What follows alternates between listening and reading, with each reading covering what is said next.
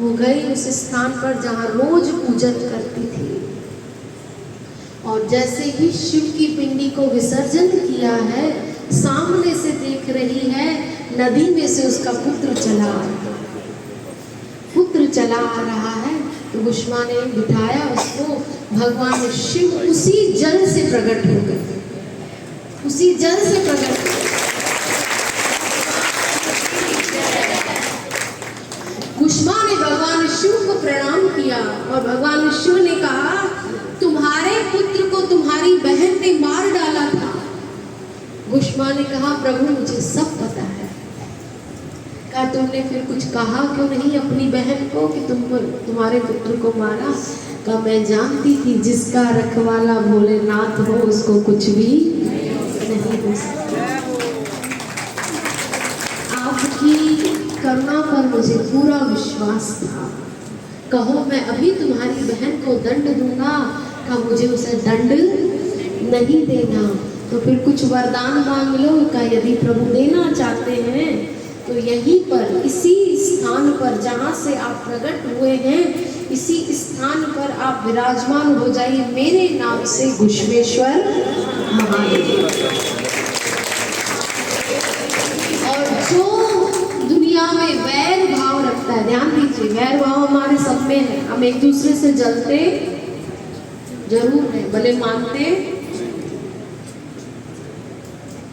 तो जो दुनिया में एक दूसरे से वैर रखे, वो इस शिवलिंग के दर्शन करेगा तो उसके वैर भाव दूर हो जाए। बहुत बड़ी बात मांगी, बहुत आया था। जब बकरी आई उसे पकड़ना चाहा तो कुछ जल गिरा, कुछ बेलपत्र गिरे। अशोक जी कृपया हाथ की जाती है, सुनी होगी आप लोग, शिव पुराण के आखिरी पन्ने की ही कथा है। वो व्याध अपने परिवार का भरण पोषण करने के लिए शिकार करने आया। पहले एक बकरी आई, जब वो नीचे उतरा बकरी को मारने के लिए, तो कुछ पत्ते कुछ पानी साथ में लेकर बैठा था पीने के लिए, नीचे गिरे। बकरी ने कहा, मुझे छोड़ दो, मैं अपने बच्चों को पति को समर्पित करके आऊँ, फिर आपके पास आऊँगी। व्याध के मन में दया आई, का चली जाओ। फिर बकरा आया, बकरे ने भी यही कहा कि मैं अपने बच्चों को अपनी पत्नी को सौंप कर आ जाऊं, फिर आप पे समर्पित हो जाऊंगा। व्याध को दया आई, छोड़ दिया। फिर ऊपर चढ़ा पेड़ पर, फिर जब नीचे उतरा तो फिर दो छोटे छोटे बालक बकरी के बच्चे वो घूम रहे थे। लगा चलो इनको मारकर अपने बच्चों का पेट पालूं। जब उनको मारने लगे तो उन छोटे बच्चों को दया आ गई देखकर, उन्होंने कहा, हम अपने माता पिता को ढूंढ रहे हैं। व्याध को दया आई, अच्छा ठीक है चले जाओ। बकरी भी गई, बकरा भी गया, उनके बच्चे भी गए। और आखिरी में बकरी, बकरा और दोनों बच्चे, चारों आए। फिर व्याध नीचे उतरा। कितनी बार? 4 बार हुआ। 4 बार। जब 4 बार ये हुआ तो जितनी बार वो नीचे उतरता उसके लोटे का जल और कुछ पत्ते नीचे गिरे। जब तीनों चारों के सामने खड़े हुए तो व्याध को बड़ा आश्चर्य हो गया कि जानवर इतना वफादार, कि कहा हम आएंगे और आए, नहीं तो भाग भी तो सकते थे। जानवर इतना वफादार, तो इतनी करुणा उमड़ी, इतनी करुणा उमड़ी। कहा, मेरा परिवार भले भूखा रह जाए पर मैं तुम लोगों को मारूंगा, तुम चारों। बहुत विस्तृत कथा है, हम आपको बहुत थोड़े में सुना रहे हैं। चारों जाओ। अब ये विचार करने लगा, अब मैं फिर से शिकार का इंतजार करूं। जैसे ही उसने पलट कर देखा है तो जिस पेड़ पर वो बैठा था वहीं भगवान शिव शंकर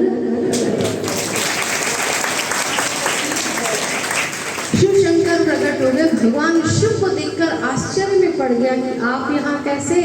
कहा, जिस पेड़ पर तुम बैठे थे वही छोटा शिवलिंग था, और जितनी बार तुम ऊपर से नीचे होते थे उतनी बार जल मुझ पर चढ़ता था और पत्ते मुझ पर। गौर से देखो, अब तो सुबह हो रही है, गौर से देखो, ये पत्ता है बेलपत्र का। तुमने हम पर बेल का पत्र चढ़ाया और जल चढ़ाया। एक बार नहीं, तुमने 4 बार चढ़ाया। और उसी बेल पत्र और जल चढ़ाने का प्रभाव है कि तुम्हारे मन में दया आई, नहीं तो व्याध के मन में दया नहीं आती, और तुमने उन चारों को छोड़ दिया है, उन चारों को छोड़ दिया है, कृपा हुई है तुम पर। इसलिए हम आशीर्वाद देते हैं तुमको, तुम व्याध हो, अगले जन्म में तुम राजा बनोगे, व्याधों के ही राजा बनोगे, निषाद राज गुह बनोगे, और स्वयं भगवान श्री राम तुमसे मित्रता स्थापित करेंगे, तुम्हारे पास चलकर आएंगे, तुम्हें जो स्थान मित्र को देना चाहिए, जो सम्मान मित्र को देना चाहिए, वो पूरा सम्मान तुमको का। भगवान शिव के मंदिर में कोई ऊंचा नहीं, कोई नीचा नहीं, सब कोई समान होता है।